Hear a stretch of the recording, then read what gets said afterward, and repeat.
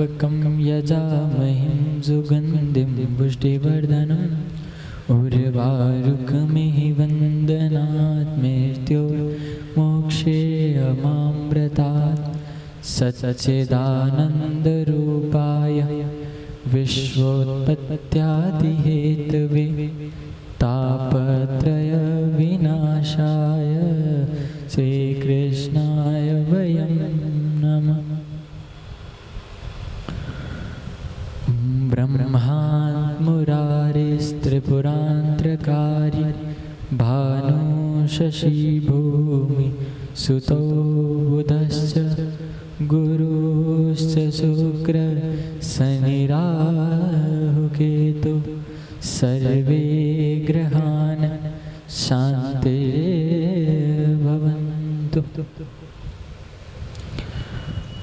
सनत्कुमार सनक सनन्दन सनातनोऽपि सुरपिङ्गलाश्च सप्तस्वरा सप्तवर्णा सप्तरसातलानि सर्वे रूप शान्तिर्भवन्तु। पृथ्वी काशे वायु जलेया अग्निदेवः सर्वे शान्तिर्कुर्वन्तु। कृष्णद्वैपायनः व्यासरूपाय पूज्यते नमामि वेदव्यासाय व्यासरूप नमो नमः। पाराशरनन्दनाय नमो नमः। श्रीसुखदेवाभ्यां नमः। श्रीसूताभ्यां नमः। परीक्षिताय नमो नमः। ॐ पितृदेवाय नमो नमः। रुद्रपितृवायो विष्णु कलशदेवाय नमः। षोडशमातृकाभ्यां नमो नमः। श्रीमद्भागवतपुराणाय नमो नमः। धरणीगर्भसम्भूतं मङ्गलदेवताय भौमो देवरूपाय विद्युतरूपप्रतिष्ठितं कुमारं शक्तिहस्तं च मङ्गलं प्रणमाम्यहं। श्रीकृष्णाय वयं नमः। श्रीमद्भागवताभ्यां नमः। ॐ नमो भगवते वासुदेवाय। ॐ नमो भगवते वासुदेवाय। ॐ नमो भगवते वासुदेवाय। जय श्री कृष्ण। परम मंगलमय परात्पर अखिलेश्वर अकारण करुणा वरुणालय भक्तवांछा शीतलधूत विंदित पीतांबरधारी बाल कृष्ण लाल की वांगमय प्रतिमूर्ति शब्दमय प्रतिमूर्ति और रूपमय प्रतिमूर्ति श्रीमद्भागवत भागवत जी का महात्म्य क्या है कि इसका हमारे जीवन पर क्या महत्व पड़ता है, इसको सुनने से क्या लाभ होगा और यह किस प्रकार से हमारे जीवन को आगे बढ़ा पाए, ऐसा हम क्या प्रयास करें, जिसका उत्तर हमने श्रीमद् भागवत जी के महात्म्य की कथा में जाना कि भव सागर पार अगर किसी को करना है तो उसका साधन मात्र श्रीमद् भागवत है। केवल भागवत ही हमें मुक्ति प्रदान कर सकती है। श्रीमद्भागवत्योऽयं मुक्तिदानेन गर्जति। कि श्रीमद्भागवत ही ऐसा ग्रंथ है जो व्यक्ति को मुक्ति दे, ऐसी गर्जना एकमात्र ग्रंथ ही करता है, और वो है श्रीमद्भागवत। कोई अन्य योनि में भी चला जाए, उसको उस योनि से मुक्त कराने का मार्ग है श्रीमद्भागवत। रस सिंधु की खान श्रीमद्भागवत।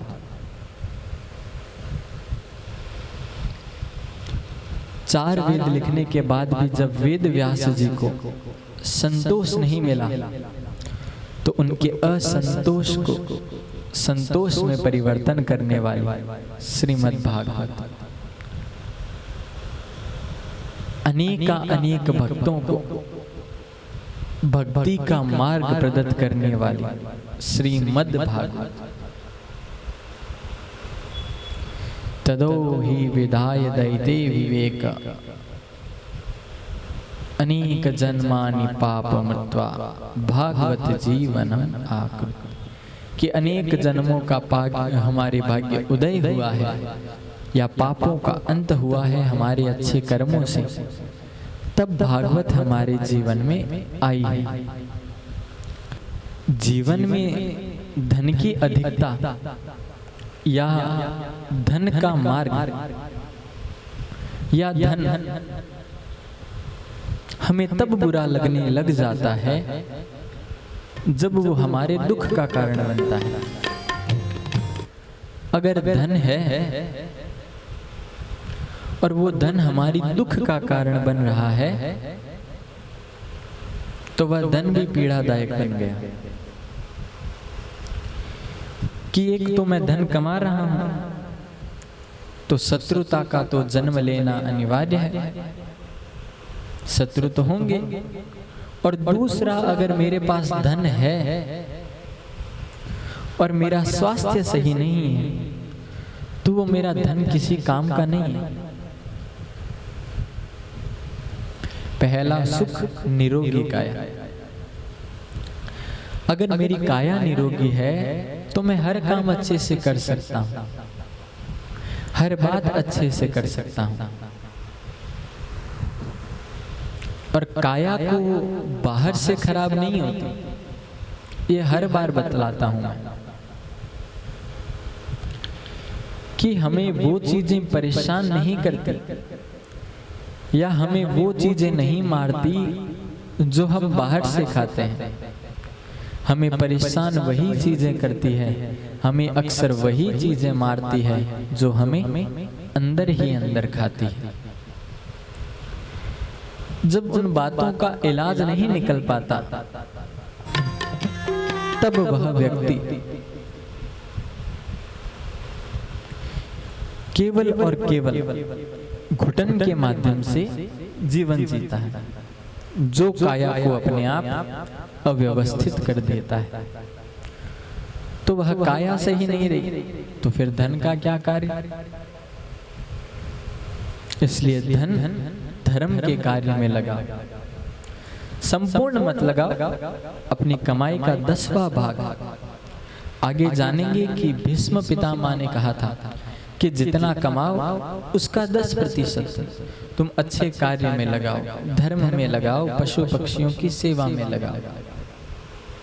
एक बार प्रेम से कहिए ना, जय श्री कृष्ण। श्रीमद् भागवत जी के महत्व महात्म्य, सुंदर स्थान, सुंदर शब्दों में ज्ञान और सुंदर ही शब्दों में गान और सुंदर मन से ध्यान और सुंदर भाव से कान, यह पांचों भागवत जी में ही लग जाए। सुंदर स्थान देखे जहां भागवत जी का आयोजन हो, बाहर की आवाज अंदर न जाए, अंदर की आवाज बाहर। भागवत जी के समय अपने कान सिर्फ भागवत जी में ही रखें, ज्ञान पूर्वक इसको श्रवण करें, बात को समझें ध्यान लगाकर श्रवण करें और सुंदर शब्दों में इसका गायन करें। हे व गीत गायनम भागवतम दर्शनम इति। कि यह जरूरी नहीं कि हम कहीं जाकर ही सत्संग करें। सत्संग तो हम किसी स्थान पर अकेले बैठकर भी कर सकते हैं। एक अकेले स्थान पर आराम से बैठ गए, मन को परमात्मामय बनाया और अकेले बैठकर भजन शुरू। तो मन को एकाग्र करना प्रथम बात। तो आइए मन को एकाग्र कर कानों को भागवत की ओर लगाकर मुख से केवल हरि नाम का संकीर्तन ही करेंगे और ध्यान भागवत में ही रखेंगे। आइए भागवत जी के प्रथम स्कंद में प्रवेश करते हैं। बंधुओं, अगर हम अन्य कोई ग्रंथ पढ़ते हैं,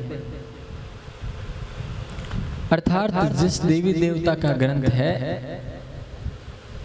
उसमें फिर उसी का वर्णन होगा।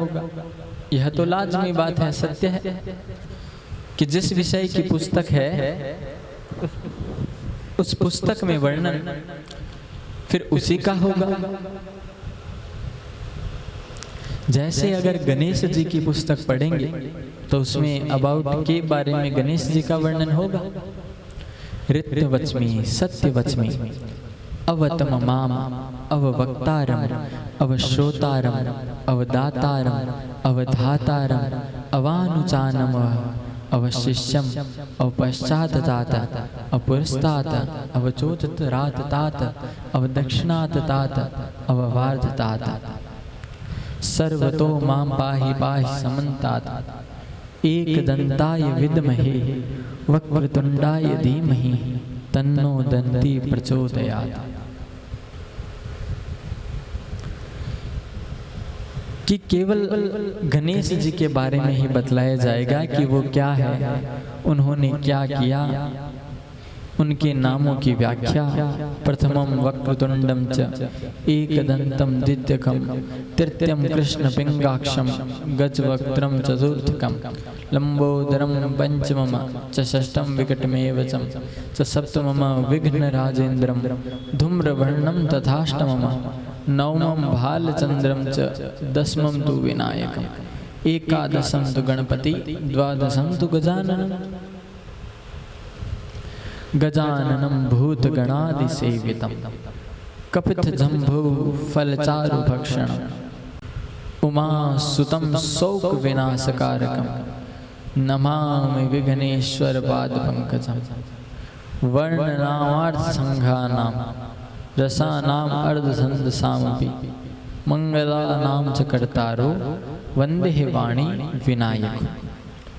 कि फिर उसमें वर्णन केवल गणेश जी के बारे में ही होगा कि गणेश जी क्या है, उन्होंने क्या किया, कैसे किया। शिव जी के बारे में जानेंगे तो जो शिव जी के भक्त है या शिव जी के लिए भगवान शिव के ऊपर लिखी गई पुराण ग्रंथ कथाएं हैं, उनमें शिव भगवान का ही फिर वर्णन होगा। ओम यो वह रुद्रश्च ब्रह्म तस्मै वे नमो नमः। ओम यो वह रुद्रश्च स्कंद तस्मै वे नमो नमः। ओम यो वह रुद्रश्च ब्रह्मांड तस्मै वे नमो नमः। ओम यो वह रुद्रश्च अग्नि तस्मै वे नमो नमः।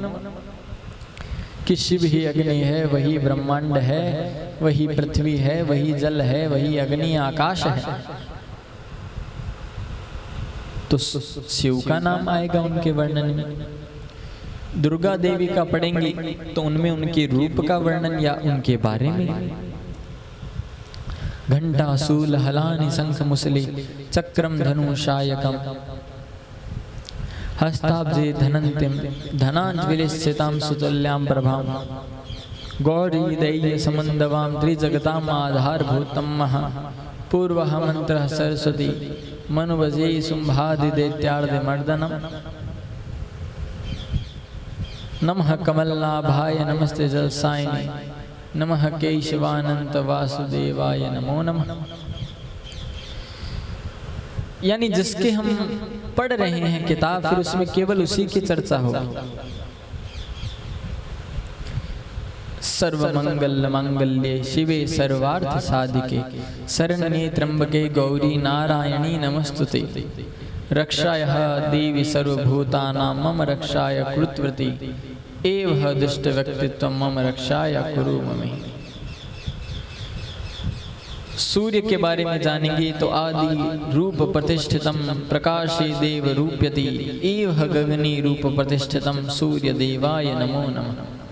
भुवन भास्कर देवाय योग योगिन देव रूपः एव रूपम प्रतिष्ठितम कार्यम संध्या पत्नी नमो नमः।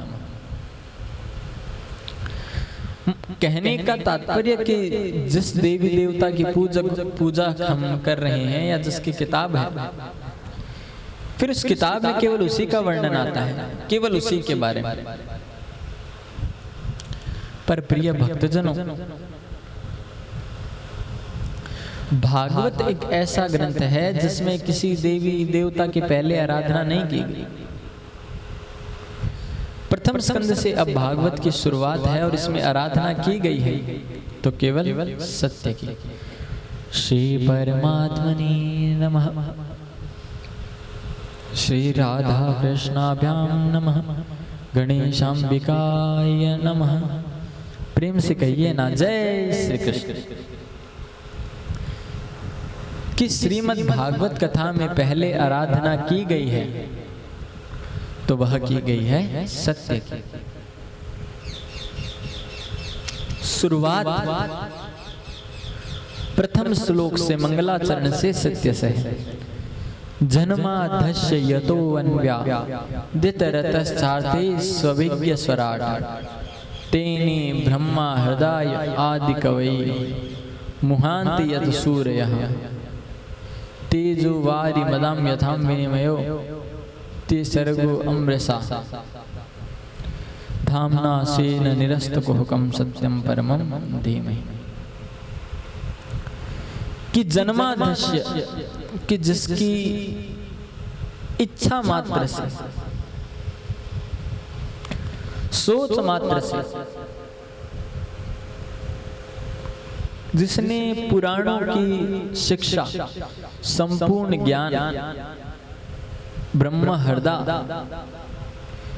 ब्रह्मा के हृदय में प्रकाशित कर दिया।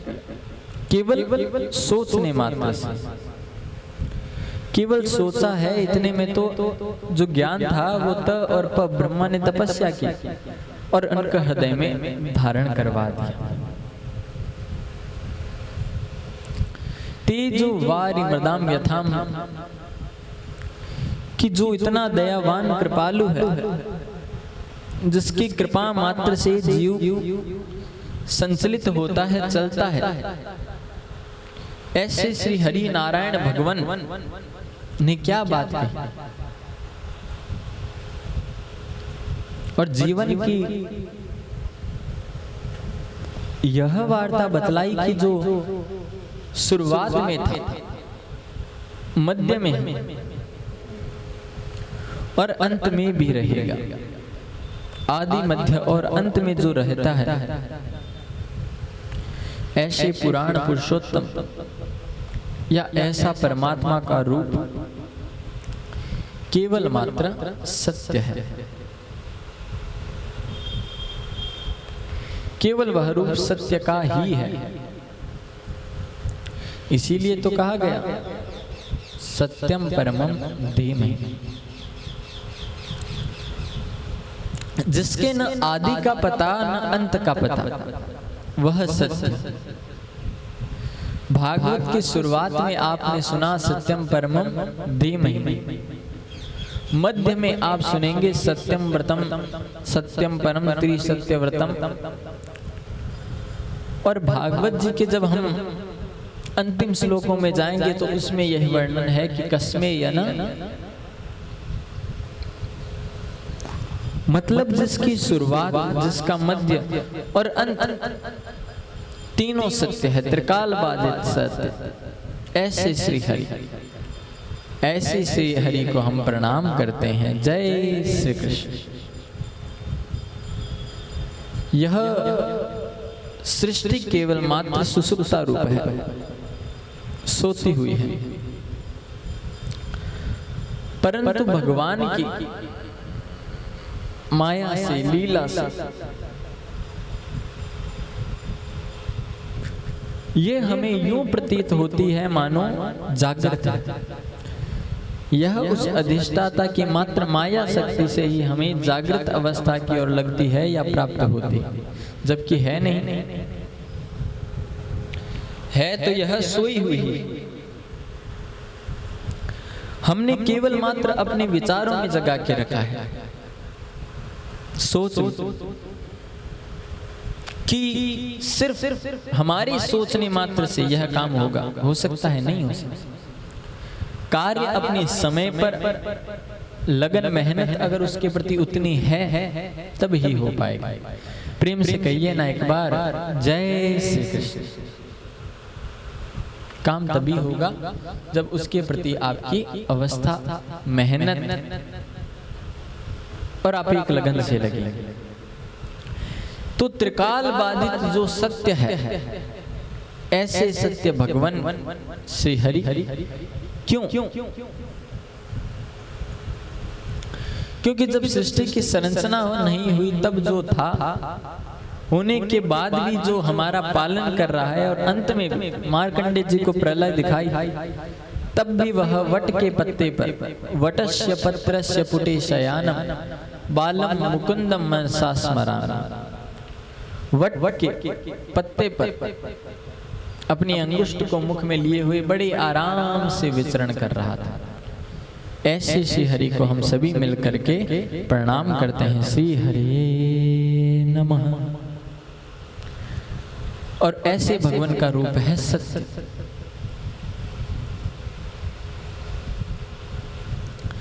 जिसको जितनी बार जीवन में उतारे उतनी बार ही यह अलग अलग कृपा करते हैं। कैसे? कि निगम कल्पत रोर गलितम फलम सुख मुखाद अमृत द्रव्य संयुतम पीबतम भागवतम रसमालयम मुहर रको रसिका भुवि भाव। क्या? कि निगम, मान लीजिए निगम रूपी एक वृक्ष है, कल्प वृक्ष, जिसका पका हुआ फल श्रीमद् भागवत। और फल तो कैसे नीचे, या तो पेड़ को हिलाएं या वो स्वयं पक करके नीचे गिर जाता है। तो ये तो फल पका हुआ है, तो नीचे तो अपने आप आया। और दूसरी बात, इसका वाचन, इसको जगह जगह तक प्रचारित किया सुखदेव ने। और तोता जिस फल के मुख लगा देता है, उसे सोचना नहीं पड़ता कि वो मीठा है या नहीं है। तोते ने जिस फल के मुख लगा दिया वो मीठा होगा, ये तो संभव है, 100% होगा ही। क्योंकि तोता कभी खट्टे या बेकार फल के मुख लगाता ही नहीं, और लगा दिया तो फिर शंका की बात ही नहीं है कि वो मीठा है या नहीं। ऐसे यह मुख से निकला है सुखदेव से। तो निगम कल्पतरोर गलितम फलम सुख मुखाद अमृत द्रव्य संयुतम, कि यह पहला तो सुख के मुख से निकला, अमृत द्रव्य संयुतम। और दूसरा, अब हम अगर कुछ खाएं, कुछ पिएं, तो पहले देखते हैं ना कि उसमें बीज ना आ जाए, उसमें कोई ऐसी वस्तु न आ जाए जो बीच में हमारे खाने में विघ्न करे। तो इसलिए कहा गया कि निगम कल्पत रो गलितम फलम सुख मुखाद अमृत दैव संयुतम, कि इसमें केवल और केवल मात्र अमृत ही है। अमृत है तो अमृत होता है लिक्विड, तरल पदार्थ। तो तरल पदार्थ के बीच में कोई पदार्थ आने से रहा जो हमारे भोजन के बीच में दिक्कत करें। और अमृत है तो अमृत का काम ही अमृतत्व प्रदान करना है। द्रव्य संयुतम, द्रव रूपी अमृत है। पीबतम भागवतम रसमालय, हो सके जितनी बार इसका रसास्वादन करो। तो विचार आ जाता है कि क्या भागवत सुने बार बार, 10 दिन पहले ही सुनी थी। उससे पहले वहां हो रही थी, उससे पहले वहां हो रही थी। तो कितनी बार सुने, तो क्या कहा गया? मुहर रखो रसिका भुवि भाव का, कि बार बार भी जितनी बार हो सके उतनी बार इसका रसास्वादन करो, एक बार नहीं। क्योंकि सज्जनों, अगर हम नोट गिनने बैठते हैं तो हमें नींद आती है क्या? आती है, वो और उड़ जाती है कि गलत ना गिन ले या कम ना गिन ले। क्यों? क्योंकि हमने नोट को अपना माना है। और जब भगवान का नाम लेने बैठते हैं तो नींद आनी शुरू हो जाती है। भगवान के संकीर्तन कीर्तन में जाते हैं तो नींद आने लग जाती है। बस फर्क इतना ही कि नोट को हमने अपना मान लिया और भगवान को नहीं मान सके। जबकि नोट तो हमारे कुछ कुछ अपने होते हैं, जबकि भगवान तो हमारे सब कुछ अपने होते हैं। जो कुछ कुछ होते हैं वो जीवन में ज्यादा समय तक नहीं टिकते, अक्सर चले जाते हैं बीच में से। और जो आपका सब कुछ बन जाते हैं उनको संभालिए। ऐसे जीवन में दो ही व्यक्ति बन सकते हैं, या तो भगवान खुद जिनको आपकी चिंता हो, या वो जिनको अपने आप से ज्यादा आपकी चिंता हो। प्रेम से कहिए ना, जय श्री कृष्ण। इसलिए नोट को अपना मत मानो। और हमारी गलत आदत कि हम लक्ष्मी को पूजते हैं, पहले पैसा पैसा। अरे लक्ष्मी भाई किसी की पत्नी है और पत्नी अपने पति को बिना पूछे घर से आएगी? नहीं आएगी। केवल पत्नी के पीछे पड़े हुए लक्ष्मी आए लक्ष्मी आए। अरे तो लक्ष्मी बिना विष्णु की आज्ञा से भला कैसे आएगी? पहले उसके पतिदेव के तो पूछ लो, उसके पतिदेव को तो पूज लो, तब लक्ष्मी जीवन में आएगी। प्रेम से कहिए ना, जय श्री कृष्ण। फिर चाहो तो केवल कृष्णमय बने, कृष्ण को चाहो, राधे को चाहो। क्योंकि जीवन में एक बात का ध्यान रखिएगा, गौर से सुनिएगा। वो तिर गए, वो पार पा गए, या उन्होंने जीवन में सफलता पा ली जिनके भगवान एक थे। यूं हर दर पे माथा पटकने से भगवान नहीं मिलते। कि हर किसी का हो जाना, हर किसी का बन जाना गलत है।